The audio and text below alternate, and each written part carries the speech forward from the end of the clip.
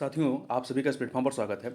हम यहाँ पर आगामी 68वीं जो बीपीएससी की परीक्षा होनी है, बिहार पीसीएस की, उसके लिए टेस्ट सीरीज़ देख रहे हैं। और यह जो हम लोग प्रैक्टिस सेट देख रहे हैं, यह घटनाचक्र पब्लिकेशन के द्वारा जो बीपीएससी के लिए टोह सीरीज नाम से 10 प्रश्न पत्रों की या 10 टेस्ट की एक सीरीज प्रकाशित की गई थी, उसी को हम लोग यहाँ पर देखेंगे।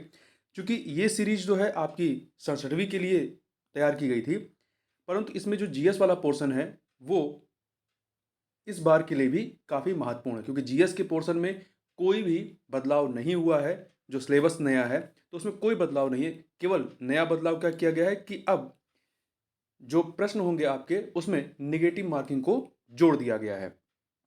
तो यह जो बीपीएससी की टोह सीरीज घटनाचक्र पब्लिकेशन द्वारा प्रकाशित की गई थी, इसको मेरे अर्थात सीसी अशोक सिंह के द्वारा तैयार की गई थी पिछले वर्ष। तो इसी को यहाँ पर एक बार हम लोग जीएस के रिवीजन के दृष्टिकोण से इसको एक बार रिवीजन कर लेंगे। तो ये आपके लिए काफ़ी महत्वपूर्ण रहेगा। ये आपके बीपीएससी के साथ ही साथ अन्य जो परीक्षाएं होनी है, उसके जीएस के लिए भी काफ़ी महत्वपूर्ण रहेगा। तो इसमें हम लोग जो मैथ वाला पोर्शन है और जो करंट अफेयर वाला पोर्शन है, उसको हम लोग कवर नहीं करेंगे। बाकी जीएस के पोर्शन को हम लोग यहाँ पर देखते हुए चलेंगे। तो चलिए, शुरू के 10 क्वेश्चन तक जो है वो आपके मैथ से रिलेटेड है।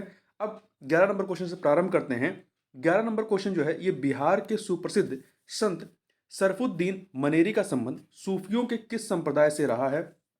तो इनका संबंध जो है फिरदौसी संप्रदाय से रहा है। ठीक है। इनका जन्म 1262 ईस्वी में मनेर में और मृत्यु जो है 1377 ईस्वी में बिहार शरीफ में हुई थी। आगे चलते हैं। मूल रूप से बिहार शब्द का अर्थ क्या है? बिहार शब्द का अर्थ क्या है? बौद्ध मठ है। ठीक है। मूल रूप से बिहार शब्द बौद्ध विहारों अथवा मठों से संबंधित है। बिहार किसान सभा से कौन जुड़ा था? बिहार किसान सभा से कौन जुड़ा हुआ था? तो बिहार किसान सभा से, तो देखिए इसमें ये जो आपके 5 ऑप्शन है, तो बिहार में किसान आंदोलन की जो शुरुआत होती है, थोड़ा सा इसका व्याख्या पहले देख ले तो आपको समझ में आएगा। तो बिहार में किसान आंदोलन की शुरुआत स्वामी सहजानंद सरस्वती के नेतृत्व में, तो सहजानंद सरस्वती इसमें थे, स्वामी सहजानंद सरस्वती के नेतृत्व में हुई। सहजानंद सरस्वती ने वर्ष 1929 में बिहार प्रांतीय किसान सभा की स्थापना की। इस सभा का विस्तार बिहार के गांवों में करने में उन्हें कार्यानंद शर्मा, राहुल साकृतायन और यदुनंदन शर्मा, इनके अतिरिक्त पंचानन शर्मा आदि वामपंथी नेताओं का सहयोग इनके साथ था। तो इस प्रकार से यहां पर ई ऑप्शन उपयुक्त में से एक से अधिक वाला पोर्शन सही हो जाएगा, क्योंकि इससे संबंधित ये चार के चारों लोग थे। अगला है, बिहार में स्वराज दल का गठन किसने किया? तो बिहार में स्वराज दल का गठन जो है श्री कृष्ण सिंह ने किया था। असहयोग आंदोलन की असफलता के बाद स्वराज पार्टी का गठन जनवरी 1923 में सी आर दास और मोतीलाल नेहरू ने किया। सी आर दास इसके अध्यक्ष थे और मोतीलाल नेहरू इसके महासचिव थे। बिहार में स्वराज दल की शाखा का गठन होता है, जिसके नेता श्री कृष्ण सिंह बनाए गए थे। आगे बढ़ते हैं। वर्ष 1930 और 1932 में बरही कांग्रेस ने सफलतापूर्वक अंग्रेजी हुकूमत को किस जिले से नाकाम कर दिया था? किस जिले से नाकाम कर दिया था? तो यहाँ विकल्प देखिए, मुंगेर जिले से। तो देखिए, वर्ष 1930 और 1932 के मध्य बरही कांग्रेस ने तत्कालीन मुंगेर, वर्तमान में लखीसराय नाम से जाना जाता है, में सफलतापूर्वक अंग्रेजी हुकूमत को नाकाम कर दिया था। अगला है, नौ नालंदा महाविहार बिहार किसके लिए विख्यात है? नौ नालंदा महाविहार किसके लिए विख्यात है? तो ये पाली अनुसंधान संस्थान के लिए विख्यात रहा है। नौ नालंदा महाविहार बौद्ध अध्ययन का आधुनिक केंद्र है, जिसे बिहार सरकार ने वर्ष 1951 1951 में नालंदा में स्थापित किया था। इसे केंद्र में बौद्ध एवं पाली अनुसंधान संस्थान है। आगे बढ़ते हैं। क्वेश्चन नंबर 17 देखते हैं। दिल्ली में किस सुल्तान ने ब्राह्मणों पर भी जजिया लगाया था? तो किसने लगाया था? फिरोज तुगलक ने लगाया था। उल्लेखनीय है कि उस समय तक ब्राह्मण इस कर से मुक्त रखे गए थे। फिरोज के इस कदम के विरुद्ध दिल्ली के ब्राह्मणों ने भूख हड़ताल की थी तथा अंत में दिल्ली के अन्य हिंदुओं ने ब्राह्मणों के हिस्से का जजिया स्वयं देने का निर्णय लिया था। आगे बढ़ते हैं। क्वेश्चन नंबर 18 देखते हैं। किसने कांग्रेस को सूक्ष्मदर्शी अल्पसंख्यक जनता का प्रतिनिधि बताते हुए उसका मजाक उड़ाया था? तो किसने? लॉर्ड डफरिन ने।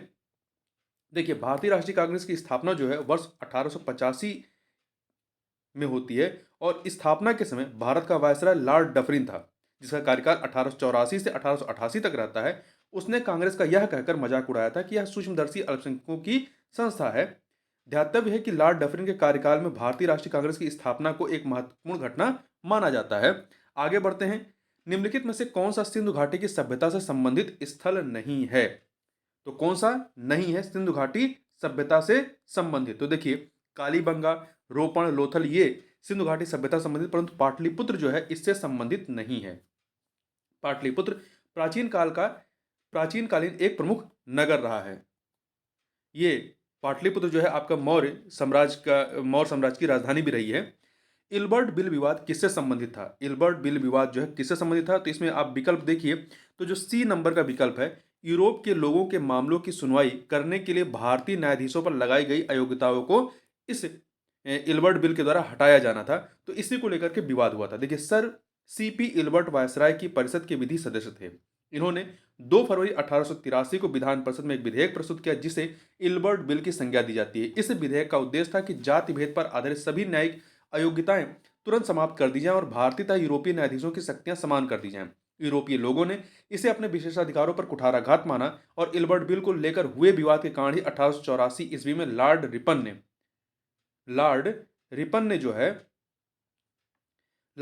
ने अपना कार्यकाल पूरा होने से पूर्व ही त्यागपत्र दे दिया था। ठीक है, इसी लॉर्ड रिपन के बाद ही जो है लॉर्ड डफरिन जो है वायसराय बनते हैं। आगे चलते हैं, क्वेश्चन नंबर 21 देखते हैं। निम्नलिखित में से कौन दादा भाई नौरोजी के उत्सारण सिद्धांत ड्रेन थ्योरी में विश्वास नहीं करता था? कौन नहीं करता था? सर सैयद अहमद खां जो हैं ये विश्वास नहीं करते थे। सर सैयद अहमद खां ब्रिटिश शासन के प्रति वफादार थे और मुस्लिम समाज का विकास वे भारत में आंग्ल सत्ता के बने रहने में ही संभव मानते थे। अतः वे दादा भाई नौरोजी के उत्सारण सिद्धांत तथा ड्रेन थ्योरी में विश्वास नहीं करते थे। आगे बढ़ते हैं। निम्नलिखित में से कौन सा स्थान गडकरी विद्रोह का केंद्र था? तो आप यहां विकल्प देखिए पहले, एक सेकंड।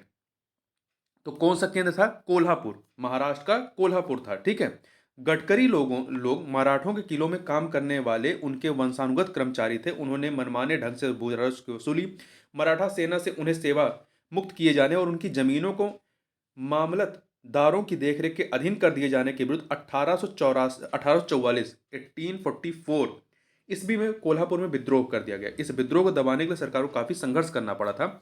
भीमबेटका किसके लिए प्रसिद्ध है? तो भीमबेटका जो है गुफाओं के शैल चित्रों के लिए प्रसिद्ध है। ये प्रागैतिहासिक शैल चित्रकला का श्रेष्ठ यहाँ पे उदाहरण है। इन गुफाओं में जीवन के विविध रंगों की पेंटिंग के रूप में हाथी, सांबर, हिरन आदि के चित्र प्राप्त हुए हैं। अब तक लगभग 7000 शिलाश्रय की पहचान की जा चुकी है, जिसमें 133 में चित्र पाए गए हैं। यह है कहाँ पे?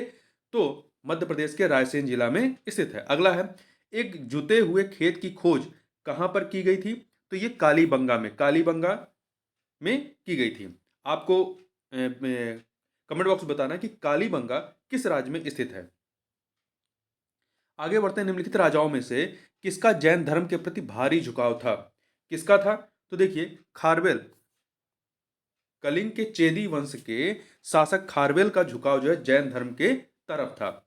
कलिंग का चेदी वंशीय शासक खारवेल प्राचीन भारतीय इतिहास के महानतम सम्राटों में से एक था। उड़ीसा प्रांत के भुवनेश्वर से 3 मील की दूरी पर स्थित उदयगिरी पहाड़ी की हाथी गुफा से उसका एक बिना तिथि का हाथी गुफा अभिलेख प्राप्त होता है। यह अभिलेख खारवेल का इतिहास जानने का एकमात्र स्रोत है। इसका जैन धर्म के प्रति भारी झुकाव था, इसमें भी ऐसा वर्णित किया गया है। अगला देखते हैं। पूर्वी रोमन शासक जस्टिनियन का सर्वाधिक महत्वपूर्ण योगदान किस क्षेत्र में था? तो विधि के क्षेत्र में। ठीक है, पूर्वी रोमन शासक जस्टिनियन को सर्वाधिक प्रसिद्धि उसके विधि संबंधी सुधारों से मिली। जस्टिनियन रोमन कानून के संपूर्ण संशोधन के लिए उत्तरदायी था। अधोलिखित में से कौन एक चरवाक के अनुसार सर्वोच्च मूल्य है? सर्वोच्च मूल्य कौन सा है? तो काम जो है यह सर्वोच्च मूल्य है।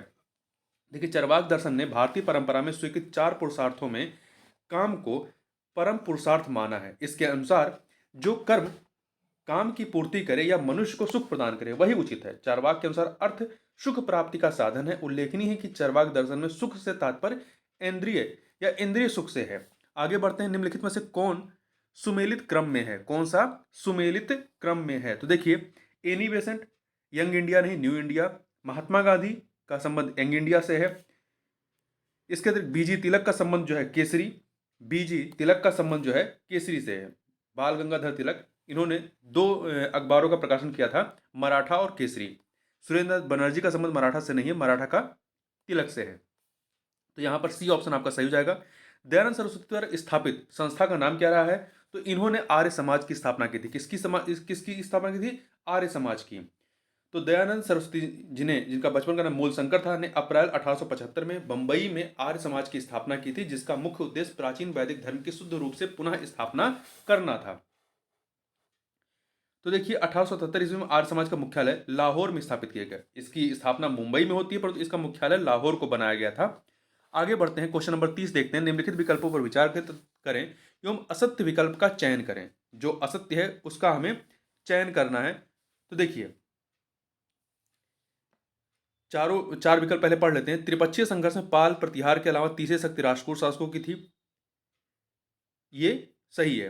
राष्ट्रकूट वंश का संस्थापक दंती दुर्ग था, यह भी सही है। एलोरा स्थित कैलाश मंदिर कृष्ण प्रथम द्वारा निर्मित भारतीय वास्तुकला का शानदार नमूना है, यह भी सही है।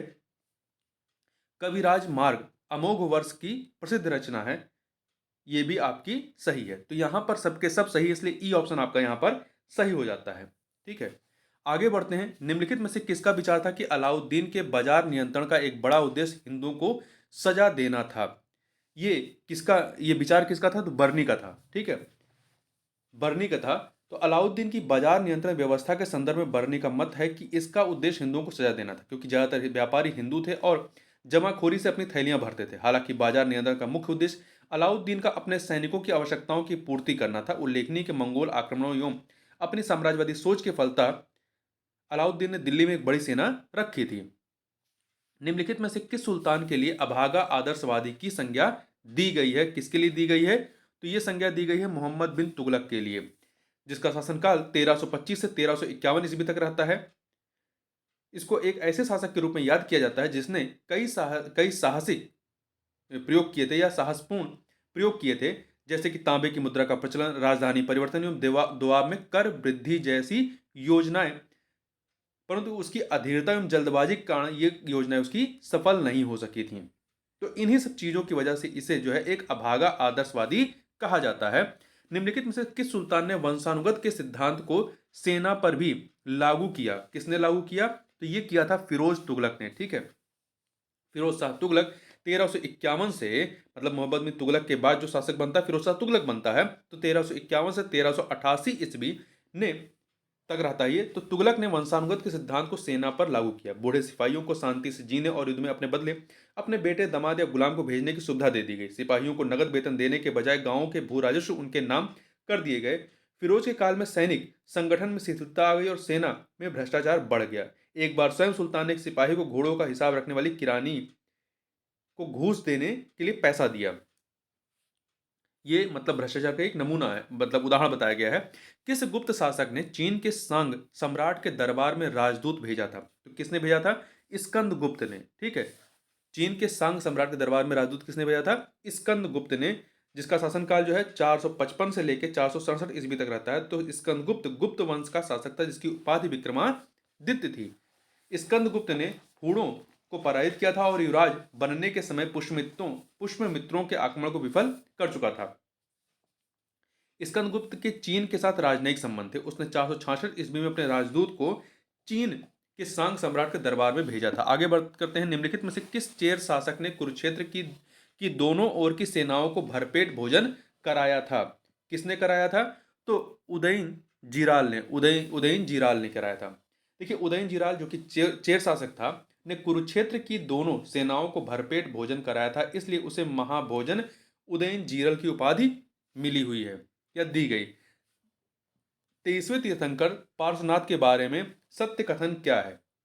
कौन सा कथन सत्य है इसमें? तो देखिए, पार्श्वनाथ काशी के राजा अश्वसेन के पुत्र थे, यह कथन सही है। इनका काल महावीर स्वामी से 2500 वर्ष पहले माना जाता है। ठीक है, और दूसरा जो है, पार्श्वनाथ ने जाति प्रथा पर प्रहार किया, इसके बारे में देखने पहले। देखिए 30 वर्ष की आयु में पार्श्वनाथ ने गृहत्याग किया। इनके अनुयायियों को निग्रंथ कहा जाता है। क्या कहा जाता है? निग्रंथ कहा जाता है। पार्श्वनाथ भी वैदिक धर्म के कर्मकांड तथा देववाद के कटु आलोचक थे। उन्होंने जात प्रथा पर प्रहार किया, स्त्रियों को भी इन्होंने जैन धर्म में प्रवेश दिलाया। तो देखिए, पहला सही है, दूसरा सही है, पार्श्वनाथ ने स्त्रियों को अपने धर्म में प्रवेश दिलाया, ये भी सही है। तो तीनों के तीनों कथन सही हैं, इसलिए आपका ई ऑप्शन आपका सही हो जाता है। पुष्यमित्रों का आक्रमण किस गुप्त शासक के समय में होता है? तो ये इसका आक्रमण जो है कुमारगुप्त के समय में होता है, कुमारगुप्त प्रथम के समय में होता है। इस आक्रमण का उल्लेख स्कंदगुप्त के भीतरी लेख में है। स्कंदगुप्त ने पुष्यमित्र को पराजित किया था, किंतु विजय की सूचना के पूर्व कुमारगुप्त प्रथम की मृत्यु हो गई। स्कंदगुप्त के शासनकाल में हूणों ने आक्रमण किया था। भीतरी स्तंभ लेख के अनुसार स्कंदगुप्त ने सफलतापूर्वक हूणों को परास्त किया था। स्वामी दयानंद सरस्वती ने कौन सी पुस्तक लिखी है? तो इन्होंने कौन सी पुस्तक लिखी है? तो यहाँ पर पहले विकल्प देख लेते हैं। तो देखिए, इन्होंने सत्यार्थ प्रकाश नामक पुस्तक लिखी हुई है, सत्यार्थ प्रकाश नामक। आगे बात करते हैं, निम्नलिखित में से कौन आजाद हिंद फौज के सदस्यों के खिलाफ चल रहे मुकदमों में बचाव पक्ष का नेतृत्व कर रहा था? तो भूला भाई देसाई। लाल किले का मुकदमा नवंबर 1945 में हुआ था। तो इसके प्रमुख अभियुक्त कौन थे? 3 अधिकारी थे, मेजर शहनवाज खां, कर्नल प्रेम सहगल एवं कर्नल गुरुबख्श सिंह पर राजद्रोह का आरोप लगाया गया था। इनके बचाव के लिए कांग्रेस ने आजाद हिंद फौज बचाव समिति का गठन किया, जिसमें भूला भाई देसाई के नेतृत्व में तेज बहादुर सप्रू, कैलाश नाथ काटजू, आसफ अली एवं जवाहरलाल नेहरू प्रमुख वकील थे। इनका नेतृत्व भूला भाई देसाई ने किया था। आगे बढ़ते हैं, निम्नलिखित में से कौन 23 मार्च 1940 को मुस्लिम लीग द्वारा स्वीकृत लाहौर प्रस्ताव से नहीं जुड़ा था? 1940 को मुस्लिम लीग द्वारा स्वीकृत लाहौर प्रस्ताव से। तो खिजर हयात खान जो है इससे नहीं जुड़े थे। देखिए, 23 मार्च 1940 को प्रसिद्ध लाहौर प्रस्ताव का प्रारूप सिकंदर हयात खान ने बनाया था। उसे फजलुल हक ने प्रस्तुत किया और खली कुजमा ने उसका समर्थन किया था, परंतु इसमें खिजर हयात खान नहीं शामिल थे। देखिए, इसके अतिरिक्त 23 मार्च 1940 को मुस्लिम लीग के लाहौर अधिवेशन की अध्यक्षता किसने की थी? मोहम्मद अली जिन्ना ने की थी। मदरलैंड नामक अखबार का प्रकाशन किसके द्वारा किया गया था? तो इसका प्रकाशन मजहरुल हक के द्वारा किया गया था। ठीक है, मजहरुल हक ने सदाकत आश्रम से मदरलैंड नामक अखबार का प्रकाशन प्रारंभ किया। इसका प्रमुख उद्देश्य राष्ट्रीय भावना का प्रचार प्रसार एवं हिंदू मुस्लिम एकता की स्थापना करना था। अगला है, निम्नलिखित में से कौन एक वर्ष 1918 में उत्तर प्रदेश में किसान सभा की स्थापना से संबंधित नहीं थे? कौन एक जो है वो वर्ष 1918 में उत्तर प्रदेश में किसान सभा की स्थापना से संबंधित नहीं थे? तो देखिए, ब्रज किशोर इससे संबंधित नहीं रहे हैं। गौरी शंकर मिश्र, इंद्र नारायण द्विवेदी एवं मदन मोहन मालवीय के प्रयासों से फरवरी 1918 में उत्तर प्रदेश किसान सभा का गठन किया गया था। अगला है, भारत में सती प्रथा की समाप्ति से कौन सा गवर्नर संबंधित रहा है? लॉर्ड विलियम बेंटिक रहे हैं। लॉर्ड विलियम बेंटिक जो है ये गवर्नर कब से कब तक रहते हैं? 1828 से 1835 तक ये रहते हैं। इन्होंने वर्ष 1829 के नियम 17 द्वारा सती प्रथा पर प्रतिबंध लगा दिया था। ठीक है, यद्यपि राधाकांत देव ने इस प्रथा का समर्थन किया था। इसी समय की पत्रिका चंद्रिका ने भी इस प्रथा का समर्थन किया था। लॉर्ड विलियम बेंटिक के बारे में बात करें तो यह एक उदारवादी था जो बेंथम की उपयोगितावादी विचारधारा से प्रभावित था। इसके समय की जो कुछ प्रमुख घटनाएं होती है, जैसे ठगी प्रथा का अंत किया जाता है इसके द्वारा। मैसूर का कुशासन के आधार पर 1831 में विलय किया जाता है। 1835 ईस्वी में भारत में फारसी की जगह अंग्रेजी को शिक्षा का माध्यम स्वीकार कर लिया जाता है। निम्नलिखित में से कौन कांग्रेस समाजवादी पार्टी का संस्थापक सदस्य नहीं था? कांग्रेस समाजवादी पार्टी का संस्थापक सदस्य नहीं था। तो इसमें मीनू मसानी, राम मनोहर लोहिया, नरेंद्र देव शामिल थे, परंतु जवाहरलाल नेहरू इसमें शामिल नहीं थे, इसके संस्थापक सदस्य नहीं थे। तो ये कांग्रेस समाजवादी पार्टी का गठन जो है मई 1934 में बिहार के पटना में होता है। इसके संस्थापक आचार्य नरेंद्र देव एवं जयप्रकाश नारायण थे। इसमें शामिल अन्य सदस्यों में राम मनोहर लोहिया, मीनू मसानी, नरेंद्र देव, अशोक मेहता, अच्युत पटवर्धन, यूसुफ मेहर अली, गंगा शरण सिंह इत्यादि शामिल थे। आगे बढ़ते हैं, निम्नलिखित घटनाओं पर विचार कीजिए एवं उन्हें कालक्रमानुसार व्यवस्थित कीजिए।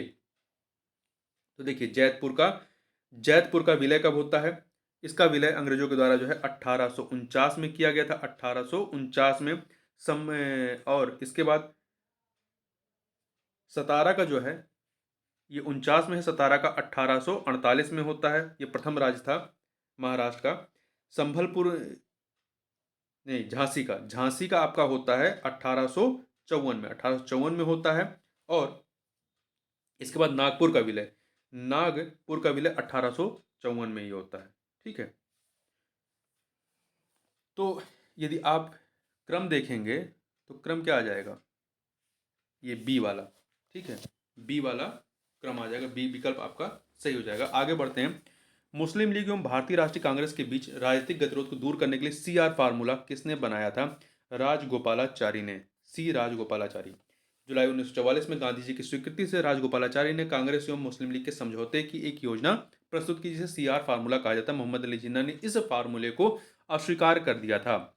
INA के अधिकारियों पर मुकदमा चलाया गया था। कहां पर चलाया गया था? तो ये मुकदमा जो है आपका दिल्ली में लाल किले में चलाया गया था नवंबर 1945 में। ठीक है, इसमें 3 मुख्य अभियुक्त थे, मेजर शहनवाज खां, कर्नल प्रेम सहगल, कर्नल गुरुबख्श सिंह। और इनके बचाव पक्ष के रूप में कांग्रेस ने आज़ाद हिंद फौज बचाव समिति का गठन किया था, जिसका नेतृत्व भूलाभाई देसाई ने किया था। गांधी जी को हाफ न्यूड फकीर किसने कहा था? हाफ न्यूड फकीर जो है विंस्टन चर्चिल ने कहा था। गांधी जी ने 17 अक्टूबर 1940 को व्यक्तिगत सत्याग्रह की शुरुआत विनोबा भावे के महाराष्ट्र स्थित पवनगर आश्रम से की थी। इस आंदोलन को दिल्ली चलो आंदोलन भी कहा जाता है। ठीक है, देखिए, इस सत्याग्रह का मुख्य उद्देश्य ब्रिटिश सरकार के इस दावे को खोखला साबित करना था कि भारत की जनता द्वितीय विश्व युद्ध में सरकार के साथ है। अमेरिका, ऑस्ट्रेलिया एवं चीन के राष्ट्राध्यक्षों ने ब्रिटिश प्रधानमंत्री चर्चिल को भारत का सहयोग प्राप्त करने के लिए दबाव डाला। इसी समय चर्चिल ने कहा कि मैं इस मतलब गांधी जी के संदर्भ में कि मैं इस अर्धनंगे फकीर के लिए अपना साम्राज्यवाद को दांव पर नहीं लगा सकता हूं। आगे बढ़ते हैं। किस घटना के दौरान बाल गंगाधर तिलक को लोकमान्य का उपनाम दिया गया था? किस उपनाम दिया गया था किसके दौरान? 1908 की में उनकी गिरफ्तारी नहीं, स्वदेशी आंदोलन नहीं, होम रूल आंदोलन नहीं, सूरत विभाजन नहीं। इसमें देखिए अप्रैल 1916 में बाल गंगाधर तिलक ने होम रूल लीग की स्थापना की, जिसका मुख्य उद्देश्य भारत में स्वराज स्थापित करना था। तिलक महाराष्ट्र के प्रमुख नेता थे, पत्रकारिता के लिए जेल भी जा चुके थे। शिवाजी और गणपत उत्सव मनाने की परंपरा शुरू की थी। इन विविध कार्यों से उनकी प्रसिद्धि हुई तथा वे लोकमान्य कहलाए। मतलब कई सारी घटनाएं हुई थी जिसके बाद वो लोकमान्य कहलाने का उपनाम उन्हें दिया गया था। आगे बढ़ते हैं, तो यहाँ पर ई ऑप्शन आपका सही हो जाएगा। निम्नलिखित झीलों में से कौन सी बिहार में स्थित है? कौन सी बिहार में स्थित है? तो देखिए अनुपम झील जो है ये बिहार के कैमूर में स्थित है। कैमूर में यह झील कैमूर वन्यजीव अभ्यारण्य की सीमा पर स्थित है। सांभर झील की बात करें तो ये राजस्थान में जयपुर के निकट है। सुखना झील जो है ये चंडीगढ़ में है तथा बखिरा झील जो है उत्तर प्रदेश में है। बखिरा झील को आर्द्रभूमि का दर्जा भी दिया, रामसर आर्द्रभूमि स्थल में शामिल किया गया सूची में। अगला है इजराइल की उभयनिष्ठ सीमाएं हैं। इजराइल की उभयनिष्ठ सीमाएं किससे जुड़ी हुई हैं? तो इसकी सीमाएं देखिए, ये एक जो है इजराइल जो है एक पश्चिम एशिया का भूमध्य सागर तटीय देश है। इसकी सीमाएं लेबनान, सीरिया, जॉर्डन तथा मिस्र के साथ जुड़ी हुई हैं। लेबनान, सीरिया, जॉर्डन तथा मिस्र के साथ जुड़ी हुई हैं। तो इसकी पश्चिमी सीमा देखेंगे भूमध्य सागर से। इसको एक बार मैप में जरूर आप देखिए। उत्तरी सीमा लेबनान से जुड़ी है, उत्तरी सीमा लेबनान से। उत्तर पूर्वी सीमा सीरिया से। पूर्वी सीमा जो है जॉर्डन से तथा दक्षिण पश्चिम सीमा जो है दक्षिण पश्चिम सीमा ये मिस्र से लगी हुई है, जबकि पश्चिम की सीमा भूमध्य सागर से। आगे बढ़ते हैं, क्वेश्चन नंबर 52 देखते हैं। निम्नलिखित नहर प्रणालियों में किससे बिहार के क्षेत्र में सिंचाई होती है? किससे होती है? तो यहाँ पे पहले विकल्प देख लेते हैं।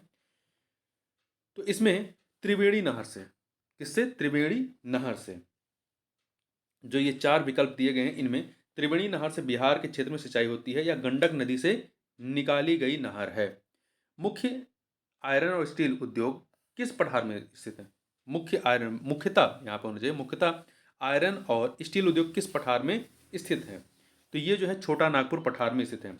लौह इस्पात उद्योग के लिए लौह अयस्क और कोकिंग कोयला के अतिरिक्त चूना पत्थर, डोलोमाइट और मैग्नीज आदि कच्चे माल की भी आवश्यकता होती है। ये सभी कच्चे माल स्थूल भार ह्रास वाले होते हैं, इसलिए लोहा इस्पात उद्योग की सबसे अच्छी स्थिति कच्चे माल स्रोतों के निकट होती है।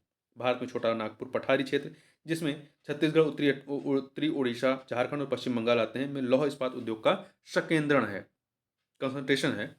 अगला है पृथ्वी घंटे की अवधारणा। पृथ्वी घंटे की अवधारणा कब और कहाँ शुरू हुई? मतलब अर्थ आवर की जो अवधारणा है कब और कहाँ शुरू हुई?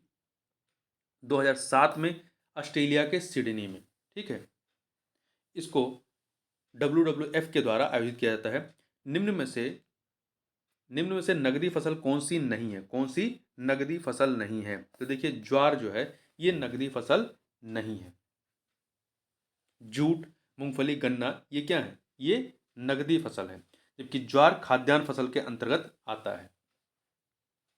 नगदी फसलों में तिलहन है, मूंगफली है, रेपसीड है, सरसों आते हैं।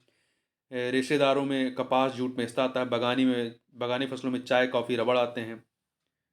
आगे बात करते हैं, पशु गणना 2019 के अनुसार बिहार के किस जिले में सर्वाधिक पशु हैं? तो कहाँ पर सर्वाधिक हैं? कटिहार नहीं, देखिए गया में। पशु गणना 2019 के अनुसार सर्वाधिक पशुओं के मामले में गया, अररिया, कटिहार, बांका और जमुई अग्रणी जिले हैं। तो इसमें गया नंबर 1 पे आ जाएगा।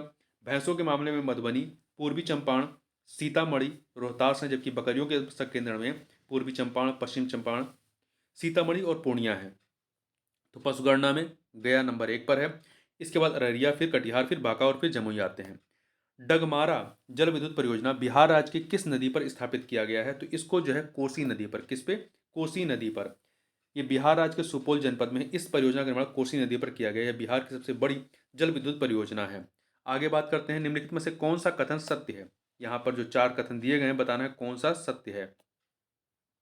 देखिए बिहार में लगभग 74% श्रम शक्ति अपनी जीविका के लिए कृषि और सहवर्ती कार्यों पर निर्भर है। ये कथन आपका सही है। गंगा के मैदानी भाग के समृद्ध प्राकृतिक संसाधन कृषि विकास के लिए अवसर देते हैं, ये भी सही है। बिहार में बहुसंख्यक गरीब कुपोषित हैं, ये भी सही है। वर्ष 2019-20 में कृषि और सहवर्ती क्षेत्र का राज्य के सकल राज्य घरेलू उत्पाद में 18.7% योगदान था, ये भी सही है। तो 4 के चारों सही, इसलिए ई ऑप्शन आपका यहाँ पर सही हो जाएगा। रामशिला हिल पहाड़ी बिहार के किस जिले में अवस्थित है? तो ये जो है आपका गया जिले में। कहाँ पर? गया जिले में स्थित है। गया जिले के दक्षिण पूर्व की ओर स्थित पवित्र स्थल है यह पहाड़ी भगवान राम से जुड़ी हुई है, मतलब भगवान राम से जुड़ी है। इस पहाड़ी की चोटी पर स्थित मंदिर, जिसे रामेश्वर या पातालेश्वर मंदिर कहा जाता है। आगे बात करते हैं वन रिपोर्ट 2019 के अनुसार। देखिए 2021 की वन रिपोर्ट आ गई है, ठीक है, तो ये आंकड़ा पुराना है। तो पर यहाँ पे वो देख लेते हैं, बिहार राज्य में न्यूनतम वनावरण प्रतिशत वाला जिला कौन सा है? इसमें बहुत ज़्यादा चेंज हुआ नहीं होगा। तो न्यूनतम कौन सा है, कहाँ पे है? जहानाबाद में है। हाँ, जहानाबाद में, ठीक है। जो 2019 का वन रिपोर्ट रहा है, इसके अनुसार बिहार के न्यूनतम वनावरण जिलों में जहानाबाद नंबर 1 पे, जहाँ 0% वनावरण है। तो अभी भी 2021 के जो रिपोर्ट होगा वहाँ उसके अनुसार भी जहानाबाद ही होगा। दूसरे नंबर पे शेखपुरा है, तीसरे पे गोपालगंज है और चौथे पे बक्सर है। देखिए जहानाबाद ऐसा जिला है जहाँ वनावरण का क्षेत्र एवं प्रतिशत दोनों शून्य है। अगला है तपोवन गर्म जलकुंड बिहार के किस जिले में अवस्थित है?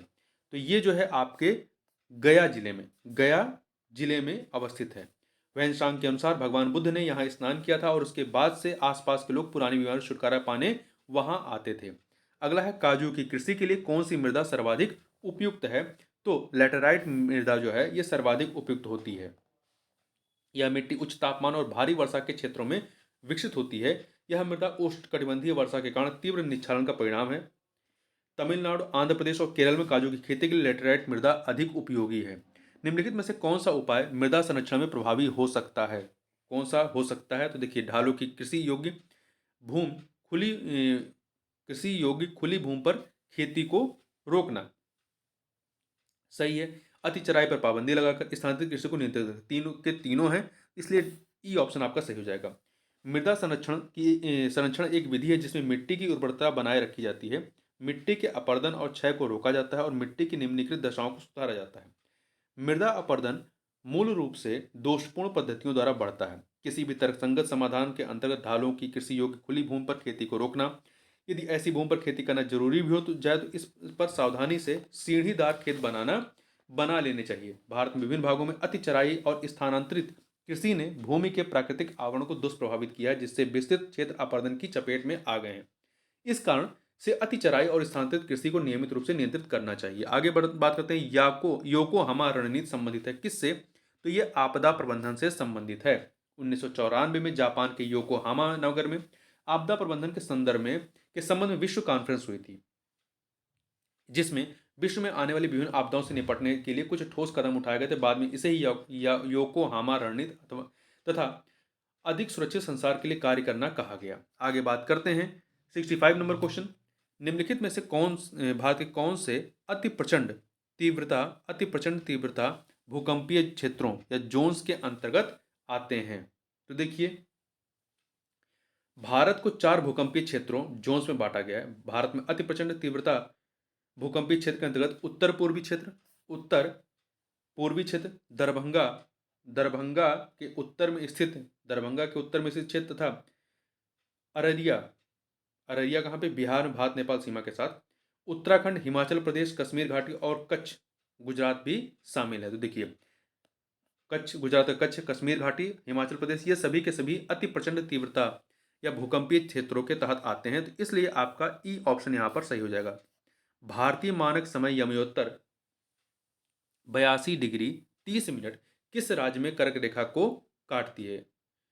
तो भारतीय मानक यमोत्तर रेखा जो है ये किस राज्य में कर्क रेखा को काटती है? देखिए, ये जो है आपका छत्तीसगढ़ में। कहां पर? छत्तीसगढ़ में काटती है।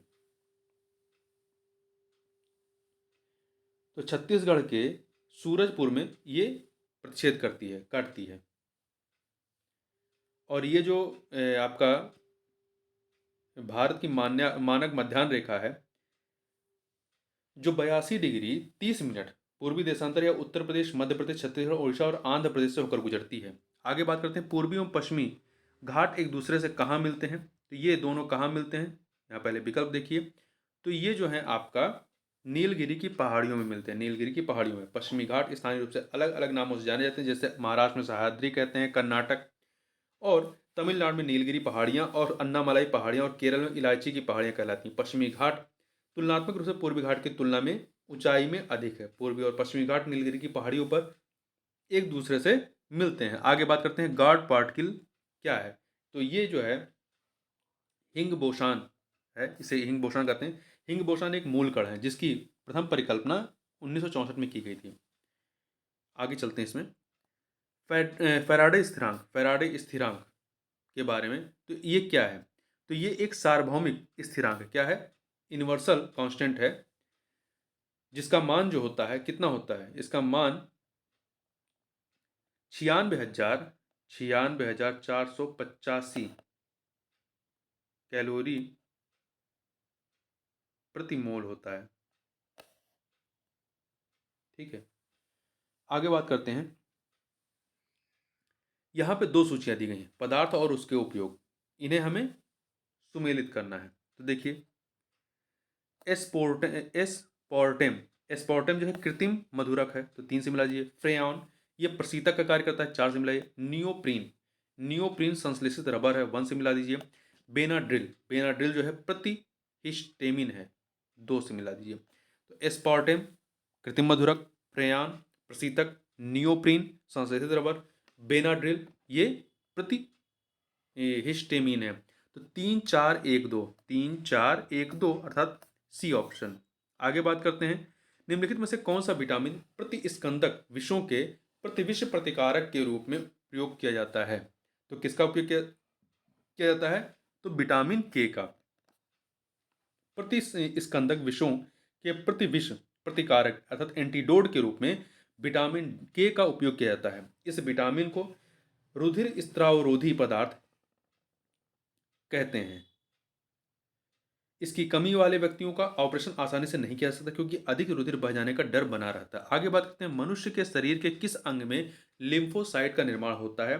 तो लिम्फोसाइट का निर्माण जो है अस्थिमज्जा बोन मैरो में होता है। लिम्फोसाइट एक प्रकार की श्वेत रक्त कणिका होती है, व्हाइट ब्लड सेल होती हैं, जो गश्ती सेना की भांति समस्त शरीर में घूमती रहती हैं तथा सुरक्षा तंत्र के सारे भागों के बीच सामंजस्य स्थापित करती हैं। अगला है निम्नलिखित में से किस विटामिन को आर्गो कैल्सीफेरॉल कहते हैं? तो विटामिन D2 को आर्गो कैल्सीफेरॉल कहते हैं। ठीक है, जबकि जो विटामिन D3 होता है, विटामिन D3 ये इसे कोली कैल्सीफेरॉल कहते हैं। विटामिन D2 जो है विटामिन D2 विटामिन डी का एक प्रकार है। का वह प्रकार है जो मुख्यतः भोजन व आहार अनुपूरक के रूप में मनुष्यों को प्राप्त होता है। मुख्य रूप से या भोजन में यह मक्खन, मशरूम, दूध, पनीर, मांस, अंडों की जर्दी, मछली या के तेल आदि से मिलता है। इसकी कमी से बच्चों में सूखा रोग या रिकेटस हो जाता है। सोनार निम्नलिखित द्वारा प्रयोग में लाया जाता है। किसके द्वारा प्रयोग में लाया जाता है? तो इसको नौ संचालकों के द्वारा प्रयोग में लाया जाता है। इसका पूरा नाम है साउंड नेविगेशन एंड रेंजिंग। सोनार की सहायता से महासागर में डूबी हुई वस्तु की स्थिति जानने के लिए उच्च आवृत्ति की पराश्रव्य तरंगों को महासागर की गहराई में भेजा जाता है। उच्च आवृत्ति की पराश्रव्य तरंगों को। आगे बात करते हैं ओरेकल क्या है। ओरेकल जो है एक डाटा सॉफ्टवेयर है। डाटा सॉफ्टवेयर है जिसका निर्माण एवं विपणन ओरेकल कॉर्पोरेशन द्वारा किया गया है। डेटाबेस मैनेजमेंट सिस्टम ऐसे प्रोग्राम्स का संग्रह है जो यूजर को डेटाबेस की रचना करने एवं उसका रखरखाव करने की क्षमता प्रदान करते हैं। आगे बात करते हैं निम्नलिखित में से कौन सा सुमेलित नहीं है।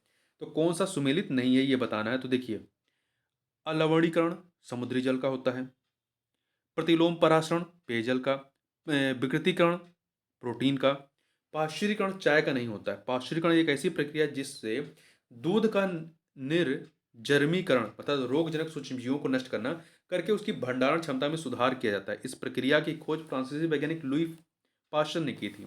आगे बात करते हैं राइबोजोन्स क्या होते हैं।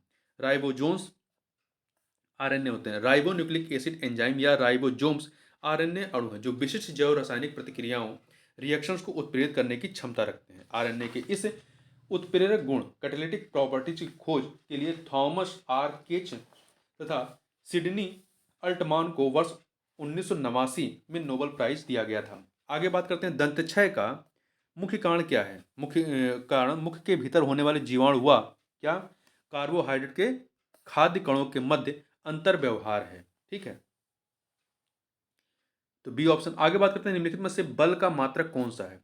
बल का मात्रक कौन सा। देखिए, बल के कई मात्रक जैसे बल का एसआई मात्रक किलोग्राम मीटर प्रति सेकंड स्क्वायर है। ठीक है, ये पहला है। इसे न्यूटन के नाम से भी जानते हैं, न्यूटन के नाम से भी जाना जाता है, जिसे एन द्वारा रिप्रेजेंट करते हैं। तो यहां पर ए वाला भी सही है, डी वाला भी, इसलिए ई ऑप्शन आपका सही हो जाएगा। प्रकाश की तीव्रता नापने के लिए जिस उपकरण का उपयोग किया जाता है उसे क्या कहते हैं। उसे लक्सीमीटर कहते हैं। क्या कहते हैं? लक्सीमीटर कहते हैं। जबकि कोलोरीमीटर जो है एक प्रकाश सुग्राही उपकरण है जो किसी पदार्थ द्वारा अवशोषित किए जाने वाले रंग को मापता है। प्रकाश किस प्रकार की गति करता है। तो प्रकाश जो है ये आपका किस प्रकार गति करता है। देखिए, प्रकाश जो है सरल रेखा में भी गति करता है। इसके लिए हम टार्च से निकलने वाले प्रकाश की गति की दिशा को देखकर अनुभव कर सकते हैं। प्रकाश की उत्पत्ति चाहे जिस पिंड, चाहे सूर्य, टार्च, बल्ब आदि से हुई हो, ये प्रकाश की गति सरल रेखा में ही होगी। ठीक है, तो सरल रेखा में, अर्थात ए ऑप्शन आपका हो जाएगा। आगे बात करते हैं 82 नंबर क्वेश्चन। निम्नलिखित में से कौन सा गुण वायु का है। कौन सा गुण वायु का है। तो देखिए, वायु रंगहीन होती है, गंधहीन होती है, पारदर्शी होती है, स्थान घेरती है, मतलब सबके सब ये गुण है इसके। तो ई ऑप्शन। आगे बात करते हैं प्लास्टर ऑफ पेरिस निम्नलिखित में से किसका एक उत्पाद है, मतलब किसका एक प्रोडक्ट है। तो देखिए यहाँ पर, तो ये जो है आपका कैल्शियम का प्रोडक्ट है प्लास्टर ऑफ पेरिस। इसके फार्मूला क्या होता है। CaSO4 का होल ट्वाइस H2O कैल्शियम का एक उत्पाद है। आगे बात करते हैं निम्नलिखित में से कौन सा जोड़ा जो है वो सही सुमेलित है। देखिए, जिंक सल्फाइड श्वेत पिगमेंट के रूप में सही है। सोडियम बाइकार्बोनेट Na2CO3 कीटाणुनाशक के रूप में। सोडियम बाइकार्बोनेट कीटाणुनाशक नहीं, बेकरी उद्योग में होता है इसका इस्तेमाल। जबकि आयोडीन का इस्तेमाल कीटाणुनाशक, तो इसको यहाँ से मैच करा दी, इसको यहाँ से। जिंक ऑक्साइड का मलहम बनाने में होता है। तो ए और डी ये जोड़े सुमेलित हैं, इसलिए ई ऑप्शन आपका सही हो जाएगा। आगे बात करते हैं निम्न में से किसे 91 दादा साहब फाल्के पुरस्कार सम्मानित किया गया था। ये 2021 का करंट अफेयर है। ठीक है, तो 91वां जो दिया गया था किसको दिया गया था। ये रजनीकांत को दिया गया था। रजनीकांत को दिया गया था। जो अभी लेटेस्ट दिया गया है 52वां जो दिया गया है वो आशा पारेख को दिया गया है। ठीक है, आगे बात करते हैं, निम्नलिखित में से किस अंग द्वारा जल का अवशोषण होता है? जल का अवशोषण जो है बृहदांत्र के द्वारा होता है, बृहदांत्र के द्वारा। बृहदांत्र की लंबाई, ये आपके जो आंत होती है उसी का ही हिस्सा होता है, की लंबाई लगभग 1.5 मीटर होती है। इसका मुख्य कार्य जल एवं कुछ लवणों का अवशोषण करना है। शेष अपचित पदार्थ मलाशय में चला जाता है तथा अर्ध ठोस मल के रूप में रहता है, जिसे गुदा द्वारा बाहर निकाल दिया जाता है। आगे बात करते हैं, निम्नलिखित में से रूमिनेंट रोमथी है। रोमथी क्या है? ये जो है आपका, देखिए एक सेकेंड, पहले इसके बारे में पढ़ लें। गाय भैंस जैसे घास खाने वाले जंतु को क्या कहते हैं? रूमिनेंट कहते हैं। ठीक है, तो गाय भी इसमें आएगा और भैंस भी इसमें आएगा, इसलिए क्या हो जाएगा? ई ऑप्शन हो जाएगा। तो गाय भैंस जैसे घास खाने वाले जंतु रूमिनेंट कहलाते हैं। वे शीघ्रता से घास का अंतःग्रहण कर उन्हें निगल लेते हैं तथा आमाशय के एक भाग रूमेन में भंडारित कर लेते हैं। रूमेन में भोजन का आंशिक पाचन होता है। बाद में जंतु इसे छोटे पिंडकों के रूप में पुनः मुख में लाता है और एवं चबाता है। इस प्रक्रम को रोमंथन अर्थात जुगाली तथा इसे करने वाले जंतु को रोमंथी मतलब जुगाली करने वाला जंतु रूमिनेंट कहते हैं। आगे बात करते हैं, पीयूष ग्रंथि अंतः स्रावित ग्रंथि है जो जुड़ी होती है किससे? जो पीयूष ग्रंथि है अंतः स्रावित ग्रंथि, ये किससे जुड़ी होती है? तो ये जो है मस्तिष्क से जुड़ी होती है। यह मस्तिष्क के तल पर हाइपोथैलेमस के निचले हिस्से से निकला हुआ उभार है। इसका आकार मटर के दाने जैसा होता है। पीयूष ग्रंथ से स्रावित हार्मोन पुरुष में टेस्टोस्टेरॉन तथा मादा में एस्ट्रोजन स्रावित करने के लिए उद्दीप्त करता है। एंथ्रेक्स रोग के कारक क्या हैं? एंथ्रेक्स रोग किसकी वजह से होता है? तो ये जीवाणु अर्थात बैक्टीरिया के कारण होता है। एंथ्रेक्स मनुष्य तथा पशुओं में होने वाला भयानक और जानलेवा रोग है। इसका कारण बेसिलस एंथ्रेसिस नामक जीवाणु है। इसे विषहरिया, गिल्टी रोग एवं तिल्ली बुखार आदि नामों से जाना जाता है। आतिशबाजी के दौरान लाल चटक रंग ब्राइट रेड कलर किसकी उपस्थिति के कारण होता है? तो ये स्ट्रांशियम की वजह से लाल चटक रंग जो है स्ट्रांशियम की वजह से होता है। इसके अतिरिक्त हरा रंग जो है वो बेरियम की वजह से की उपस्थिति के कारण होता है। निम्नलिखित में से कौन सा एक सामाजिक संरक्षण कार्यक्रम नहीं है? सामाजिक संरक्षण कार्यक्रम नहीं है तो आम आदमी बीमा योजना है, राष्ट्रीय स्वास्थ्य बीमा योजना है, असंगठित वर्कर सामाजिक सुरक्षा अधिनियम ये भी है, परंतु स्वर्ण जयंती शहरी रोजगार योजना यह सामाजिक सुरक्षा संरक्षण कार्यक्रम नहीं है। ये क्या है? ये एक बेरोजगारी उन्मूलन कार्यक्रम है। आगे बात करते हैं, भारत में जनसंख्या घनत्व क्या है? निरंतर बढ़ा है। ठीक है, ये निरंतर बढ़ा है। 20वीं सदी की शुरुआत में वर्ष 1901 में भारत का जनसंख्या घनत्व कितना था? 77 व्यक्ति प्रति वर्ग किलोमीटर था, जो निरंतर बढ़ते हुए 2011 के जनगणना के अनुसार कितना हो गया? 382 व्यक्ति प्रति वर्ग किलोमीटर हो गया है। मतलब कह सकते हैं तिगुने या करीब करीब चौगुने के बराबर हो गया है। आगे बात करते हैं शब्द संक्षेप। ट्रिम्स से क्या बनता है? ट्रिम्स से क्या बनता है? तो देखिए,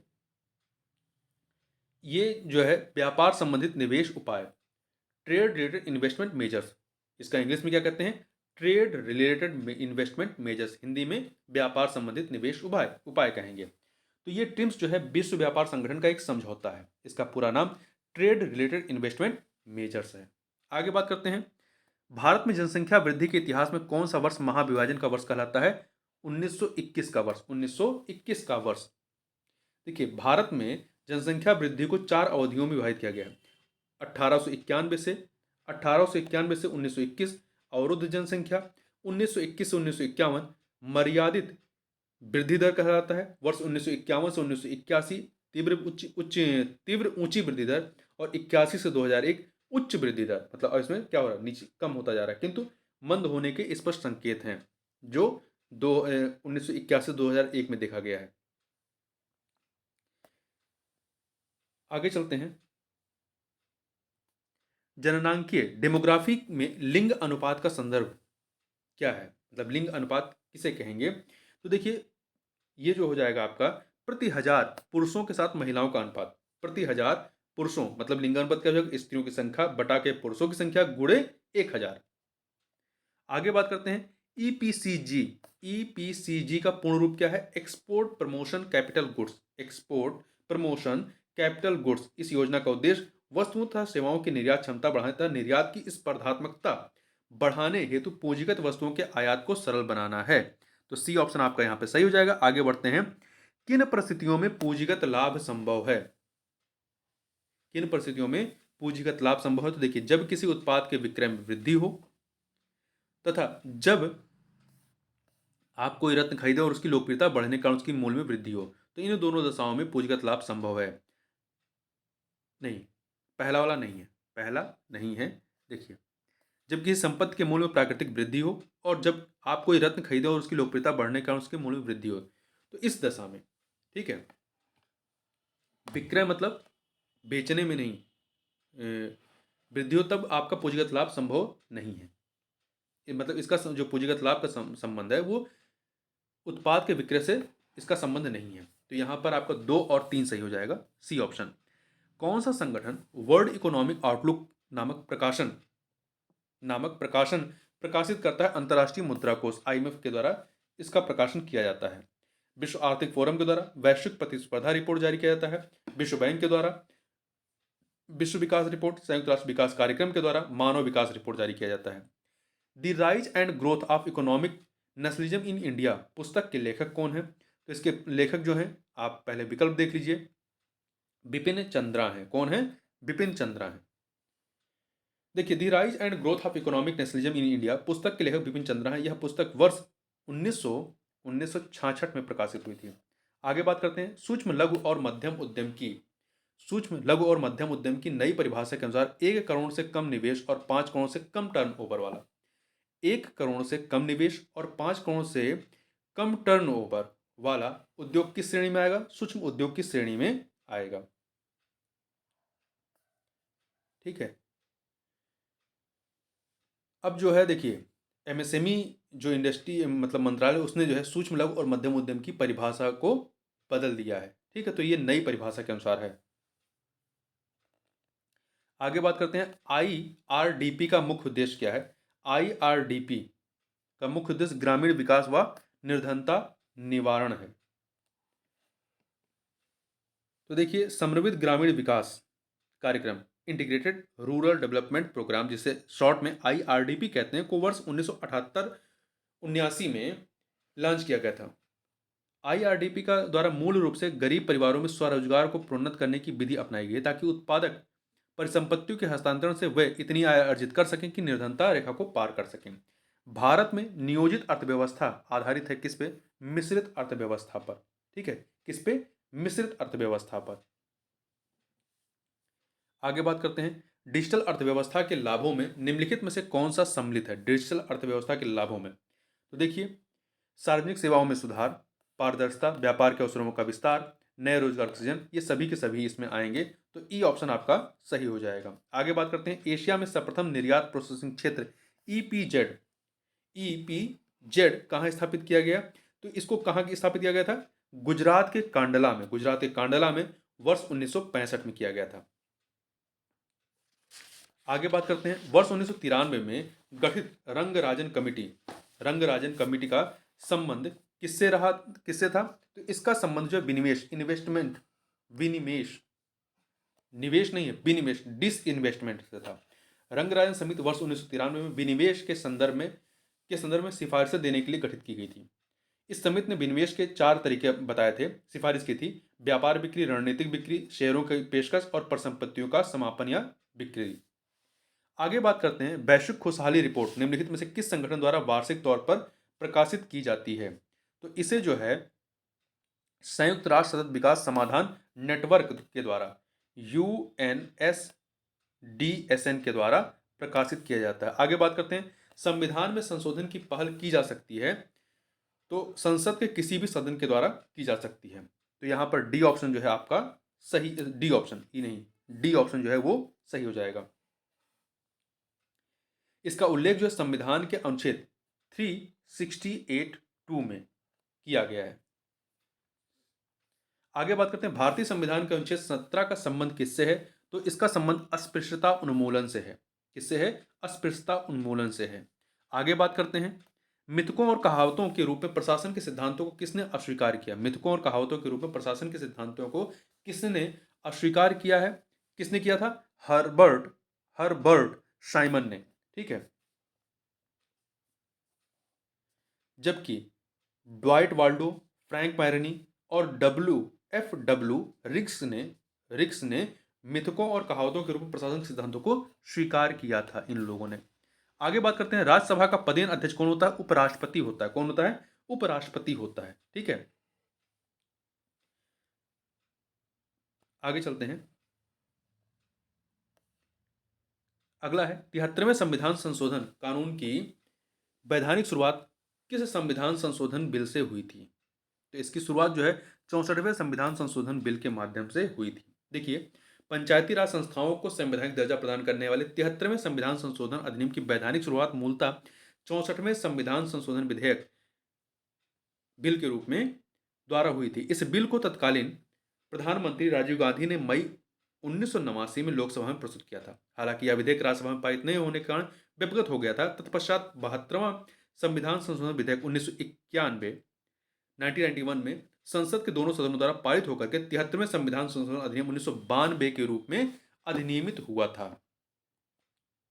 आगे बात करते हैं, निम्नलिखित में से कौन सा अनुच्छेद पंचायत के गठन के लिए राज्य सरकारों को निर्देश देता है? तो अनुच्छेद 40 ये राज्य के नीति निषेध तत्वों में शामिल है। आगे बात करते हैं, निम्नलिखित में से किस राज्य में विधान परिषद की व्यवस्था है? किस राज्य में विधान परिषद की व्यवस्था है? तो देखिए, वर्तमान में 6 राज्यों में विधान परिषद की व्यवस्था है। कहाँ कहाँ पे? आंध्र प्रदेश में है, बिहार में है, महाराष्ट्र में है, कर्नाटक में है, तेलंगाना में है और उत्तर प्रदेश में है। ठीक है, पहले जम्मू कश्मीर में भी था जब तक वो संघ शासित प्रदेश नहीं बना था। जब तक राज्य था तब तक वहां पे था। 5 अगस्त 2019 के बाद वहां पे समाप्त हो गया वो। तो यहाँ पर ई ऑप्शन आपका सही हो जाएगा। देखिए, अनुच्छेद 171 के तहत विधान परिषदों के गठन का प्रावधान किया गया है। आगे बात करते हैं, निम्नलिखित में से सुमेलित विकल्प का चयन करें। जो सुमेलित है उसका चयन करना है। तो देखिए, 5वीं अनुसूची ये विभिन्न राज्यों तथा संघ राज्य क्षेत्र का राज्य नहीं। 5वीं अनुसूची अनुसूचित क्षेत्रों एवं अनुसूचित जातियों के प्रशासन से संबंधित उपबंध किया गया है 5वीं में। ठीक है, तो पहला सही नहीं है। आगे बढ़ते हैं, चौथी में अनुसूचित क्षेत्रों और अनुसूचित जनजातियों के प्रशासन और नियंत्रण के बारे में उपबंध है। तो ये 5वीं में है, चौथी में नहीं है। चौथी में क्या है? राज्यसभा में विभिन्न राज्यों के लिए सीटों का जो आवंटन है वो है। 8वीं में क्या है? 8वीं में भारत की 22 भाषाओं का उल्लेख है, ये सही है। 11वीं में नगर पालिका क्षेत्र के स्थानीय स्वशासन के लिए विषयों का उल्लेख नहीं, नगर पालिका नहीं, ग्राम पंचायतों का है। 12वीं में नगर पालिका का है। ठीक है, तो इस प्रकार से सी ऑप्शन आपका सही हो जाएगा। निम्नलिखित में से किस अनुच्छेद के तहत राज्यों में राष्ट्रपति शासन लगाया जा सकता है? तो 356 के तहत, अनुच्छेद 356 के तहत यदि राष्ट्रपति को किसी राज्य के राज्यपाल द्वारा प्रतिवेदन मिलने पर या अन्यथा यह समाधान हो जाता है कि ऐसी स्थिति उत्पन्न हो गई है कि जिसमें उस राज्य का शासन इस संविधान के उपबंधों के अनुसार नहीं चलाया जा सकता है, तो राष्ट्रपति के एक उद्घोषणा द्वारा उस राज्य में राष्ट्रपति शासन लगाया जा सकता है। केंद्र एवं राज्य के बीच वित्तीय हेतु वित्त आयोग का गठन किस अनुच्छेद के तहत किया गया है? का गठन अनुच्छेद 280 के तहत किया गया है या किया जाता है गठन इसका। फेडरल न्याय राष्ट्रपति के द्वारा गठन किया जाता है। फेडरल न्यायालय की स्थापना निम्नलिखित में से किस अधिनियम द्वारा की गई? फेडरल न्यायालय की स्थापना किस अधिनियम के द्वारा? भारत शासन अधिनियम 1935 के द्वारा। ठीक है, फेडरल न्यायालय का गठन किया गया। आगे बात करते हैं, निम्नलिखित में से जिला न्यायाधीशों की नियुक्ति कौन करता है? जिला न्यायाधीशों की नियुक्ति कौन करता है? तो राज्यपाल करते हैं। अनुच्छेद 233 जिला न्यायाधीशों की नियुक्ति के बारे में बताता है। इसके तहत किसी राज्य में जिला न्यायाधीश नियुक्त होने वाले व्यक्तियों की नियुक्ति तथा न्यायाधीश की पदस्थापना और प्रोन्नति उस राज्य का राज्यपाल ऐसे राज्य के संबंध में अधिकारिता का प्रयोग करने वाले उच्च न्यायालय से परामर्श करके करेगा। दलित बंधु योजना किस राज्य की पहल है? तो ये जो है योजना तेलंगाना की है। इससे दलित परिवारों को सशक्त बनाने के लिए कल्याणकारी योजना के रूप में देखा जा रहा है या इसके लिए बनाया गया है। ऑस्ट्रेलियन ओपन इसको छोड़ दीजिए क्योंकि करंट का क्वेश्चन है। टोक्यो पैरालंपिक 2020 इसको भी छोड़ दीजिए। आगे चलते हैं, नेवेडेक्स 21 और आईडेक्स 21 का आयोजन किस देश द्वारा किया गया? तो इसका आयोजन जो है संयुक्त अरब अमीरात के द्वारा। करंट का क्वेश्चन छोड़ दीजिए, 23 नंबर भी छोड़ दीजिए। वैसे ध्यान रखिएगा कि भारत और किस देश की नौसेना के बीच कॉर्पोरेट अभ्यास किया जाता है? तो ये अभ्यास जो है ये इसमें जो है भारत, इंडोनेशिया और थाईलैंड जो है इसमें एक साथ अभ्यास करते हैं। तो इसमें देखिए इंडोनेशिया है, भारत है, इंडोनेशिया और थाईलैंड। 124 नंबर भी क्वेश्चन छोड़ दीजिए, 125 छोड़ दीजिए, 126 छोड़ दीजिए। एक सेकंड। अगला है कवल प्लस कार्यक्रम किस राज्य की पहल है? तो केरल की है। देखिए, यह देखभाल और सुरक्षा की आवश्यकता वाले बच्चों और यौन शोषण के शिकार लोगों को समग्र समर्थन देने के लिए एक महत्वाकांक्षी परियोजना है, यह कार्यक्रम है। आगे चलते हैं। आगे UDISE प्लस, जो UDISE का एक अद्यतन और उन्नत संस्करण है, ठीक है, अर्थात इसका जो फुल फॉर्म है वो क्या है? Unified district information system for education. यह निम्नलिखित में से किस मंत्रालय के अधीन आता है? चूंकि एजुकेशन का है तो ये शिक्षा मंत्रालय के तहत आता है। आगे बढ़ते हैं। 5 स्टार विलेज स्कीम किसके द्वारा शुरू की गई है? तो ये जो स्कीम है, ये यहाँ विकल्प देखिए, तो ये डाक विभाग के द्वारा प्रारंभ की गई है। ठीक है, डाक विभाग के द्वारा। इसका उद्देश्य क्या है? ग्रामीण क्षेत्रों में प्रमुख डाक योजनाओं की सार्वभौमिक कवरेज को सुनिश्चित करने के लिए। और यह योजना पायलट प्रोजेक्ट के तौर पर महाराष्ट्र से शुरू की गई थी, उसके बाद पूरे देश में लागू हुई है। किस राज्य या केंद्र शासित प्रदेश द्वारा युद्ध प्रदूषण के विरुद्ध अभियान प्रारंभ किया गया? इसको दिल्ली के द्वारा प्रारंभ किया गया था। किस देश ने कोविड-19 घृणा अपराध विधेयक पारित किया? किसने पारित किया है? तो ये संयुक्त राज्य अमेरिका ने। आगे बढ़ते हैं। किस राज्य सरकार ने कृषि बागवानी में नवोन्मेष को प्रोत्साहित करने के लिए शागू बागू परियोजना शुरू की? तो ये शुरू किसने की? तेलंगाना ने। How the earth got its beauty पुस्तक के लेखक या लेखिका कौन है? तो इसके लेखक कौन है? सुधा मूर्ति। कौन है? सुधा मूर्ति। आगे चलते हैं। हवाना सिंड्रोम मानसिक स्वास्थ्य लक्षणों के समूह को संदर्भित करता है। किस देश के खुफिया दूतावास के अधिकारियों द्वारा विभिन्न देशों में हवाना सिंड्रोम का अक्सर अनुभव किया जाता है? तो ये किया जाता है संयुक्त राज्य अमेरिका के अधिकारियों के द्वारा। आगे बढ़ते हैं। किस वर्ष में बीडी सावरकर 19वें हिंदू महासभा के अध्यक्ष निर्वाचित हुए? तो कब हुए थे ये? 1937 में हुए थे। ठीक है, बीडी सावरकर वर्ष 1937 में अहमदाबाद के हिंदू महासभा के 19वें अधिवेशन में अध्यक्ष निर्वाचित हुए थे। तो यहां पर ई ऑप्शन हो जाएगा। हिंदू महासभा की स्थापना 1915 में पंडित मदन मोहन मालवीय ने की थी। प्रथम अधिवेशन 1915 में राजा महेंद्र सिंह नंदी की अध्यक्षता में हुई थी। आगे बात करते हैं। पाटलिपुत्र में स्थित चंद्रगुप्त का महल मुख्यतः किसका बना हुआ है? तो ये लकड़ी का बना हुआ है। किसका बना हुआ है? लकड़ी का। ठीक है, बिहार में पटना पाटलिपुत्र के समीप बुलंदी बाग एवं कुम्हरार में की गई खुदाई से मौर्य काल के लकड़ी के विशाल भवनों के अवशेष प्रकाश में आए हैं। इन्हें प्रकाश में लाने का श्रेय इस्पूनर महोदय का है। बुलंदी बाग से नगर के परकोटे के अवशेष तथा कुम्हरार से राजप्रसाद के अवशेष प्राप्त हुए हैं। गांधी जी ने परिवार नियोजन हेतु क्या तरीका बताया था? आत्मनियंत्रण का तरीका बताया, सेल्फ कंट्रोल का। अफगानिस्तान से भारतीय नागरिकों एवं अफगान सहयोगियों को सुरक्षित निकालने के लिए किस ऑपरेशन को चलाया गया था? तो ये कौन सा ऑपरेशन था? ये ऑपरेशन था ऑपरेशन देवी शक्ति। आगे चलते हैं। महात्मा गांधी ने अपनी निम्न पुस्तकों में से किस में ब्रिटिश पार्लियामेंट को बांझ एवं बेश्या कहा था? किस पुस्तक में कहा था? तो ये हिंद स्वराज में इन्होंने कहा था। हिंद स्वराज में। यह पुस्तक महात्मा गांधी द्वारा, यह पुस्तक मूलतः गुजराती भाषा में वर्ष 1909 में लिखी गई थी, जब ये ब्रिटेन से लौट के साउथ अफ्रीका जा रहे थे। किस देश के द्वारा सिजियान 21 नामक एक नए उपग्रह का सफलतापूर्वक परीक्षण किया गया था? 2021 में ये किया गया था चीन के द्वारा। देखिए, किस स्थान पर अंतर्राष्ट्रीय जलवायु शिखर सम्मेलन जो UNFCCC का आयोजन होता है, COP26, इसका आयोजन कहाँ किया गया था? 2021 में इसका जो आयोजन था आपका स्कॉटलैंड के ग्लासगो में, जबकि जो COP27 अभी हाल ही में नवंबर 2022 में आयोजित किया गया है, ये कहाँ पर किया गया है? मिस्र के शर्म अल शेख में आयोजित किया गया था। ठीक है, तो इस प्रकार से इन सारे प्रश्नों को हम लोगों ने देखा। तो इस वीडियो में बस इतना ही। मिलते हैं नेक्स्ट वीडियो में, तब तक के लिए बहुत बहुत धन्यवाद।